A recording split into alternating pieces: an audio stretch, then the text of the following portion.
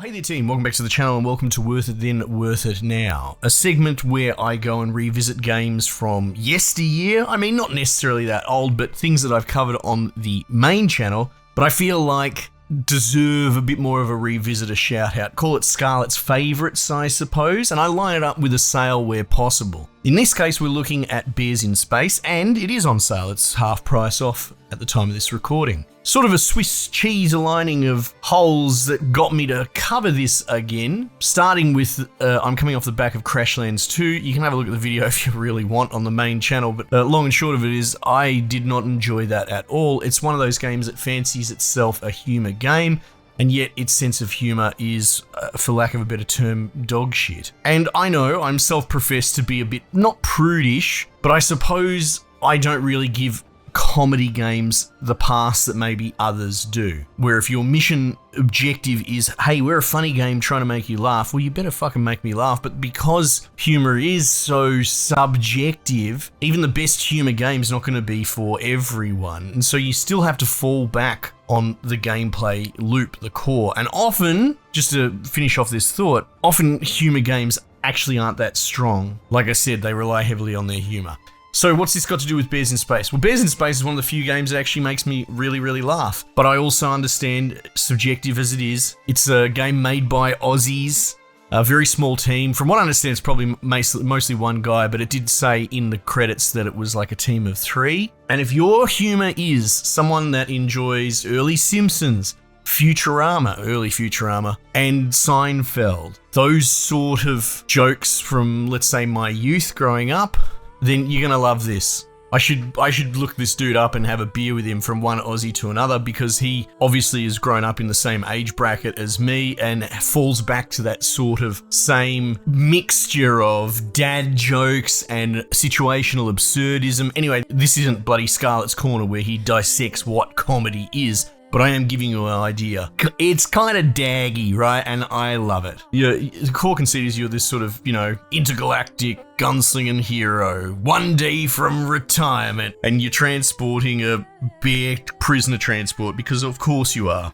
You're set upon by bear freedom fighters that want to release the bears in space, and in an attempt to escape, you press a button. You can press the boring button, or you can press the really exciting, dangerous button, and your hyper jump goes sideways, and you get merged together with the big main dangerous prisoner on the ship, whose name is Bear that you can call BT for short. And so yeah, you're essentially doing a Master Chief spoof with this bear stuck in your head, but it doesn't make sense, and it doesn't need to make sense. Your DNA's merged. If you melee, you have a bear fist. If you switch to hands to do kung fu, you have human fists. Like, it's weird. I think the hand holding guns is human. I mean, in the cover splash art, one's carrying the other, but they clearly say that you've splurged your DNA together, but whatever. But that's my point. You can hear it in my grin. It is absurd, and it just plays it straight. The voice acting is spot on. It's a bunch of Aussies putting on absolutely terrible foreign accents and then forgetting halfway through their acting that they have an accent. There's this segment that I was playing where I was up against like a British, I don't know what you'd call it, a giant robot that wants you to put a red key in a keyhole. And there's a whole, there's like 20 identical red keys off to the side, and you bring the one across anyway. He's all British, but he turns into Australian about after 2 lines. And look, just to finish off that skit, you'll bring one of the red things over, and he's like, "That's not what I wanted. I wanted red, and you brought me jam." So it flogs that joke to death, and you brought me fire engine. So yeah, look, the humor's silly. It's not quite gag a minute. In the cutscenes it is, where it's a bit more structured.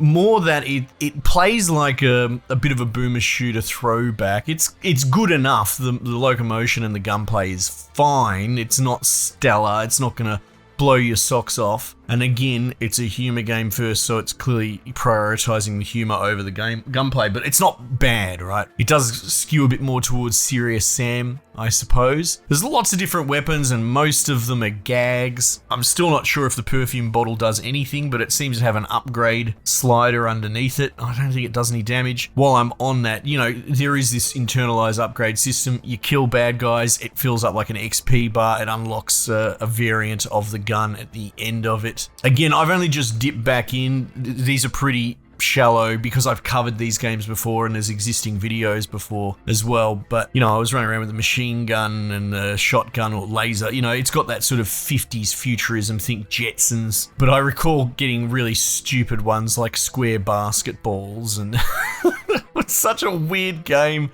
But as far as the play and the way it plays out, you know, it has some combat arenas with bullet telegraphs, kind of like Voidbreaker we covered the other day, but you know, Returnal, that sort of stuff. More bullet hell telegraphing in a first-person trapping. There's some puzzle platforming as well. It's all fairly linear. The environments are so-so, they're okay. And there'll be little side areas that are pretty hard to miss off to the side. Obviously, they're not burying them very hard on purpose, because that's where a lot of the little set piece vignette gags will be. Like, you'll go into a teleporter and find yourself at a robot police station, and you know that that guy that introduces you at the door is like, you know, welcome aboard, partner, I'm about to retire, and he turns around and goes into the retirement room where he just gets set on fire and exploded, and the lieutenant's like, we're gonna miss that guy. A bot like him only gets made every 3 minutes. And look, you might be rolling your eyes at this and thinking this is dumb, and that's fine, I get it, but just as many people are gonna go, yep, that's what I want. I kind of want silly, absurdist humor where, you know, you help the police chief, you go, hey, you've got a good look about you, we trust you.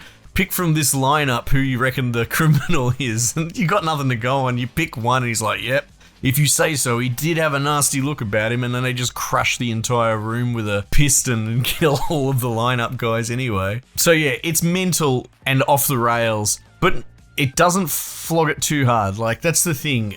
Again, the most recent touchstone that I can compare it to is Crashlands 2, right? And they would take jokes that were ultimately not very funny, but they would flog it so much. It would just keep going and going and going. And there's something to be said about, I suppose, that construction of a joke, knowing how much mileage you can actually get out of it before you've pushed it too far. Another comparison is probably something like, geez, what is it even called? God, High on Life? Is that what it was called? The Rick and Morty comedy one, right? But at that point, I think the voice actor was starting to get in trouble, so that was sort of upsetting one set at the side of the aisle. And generally speaking, everyone was getting sick of the shtick. Nothing personal against Rick and Morty man, whatever his name is, Justin Roiland. He became an overnight sensation on the back of essentially doing the same sort of gimmick, stumbling, stuttering lines. I mean, ride that pony, son. If people are going to give you money to keep playing the same character and doing the same shtick over and over, you might as well make your dosh while you can. But anyway, I could see comparisons being drawn to that for sure, but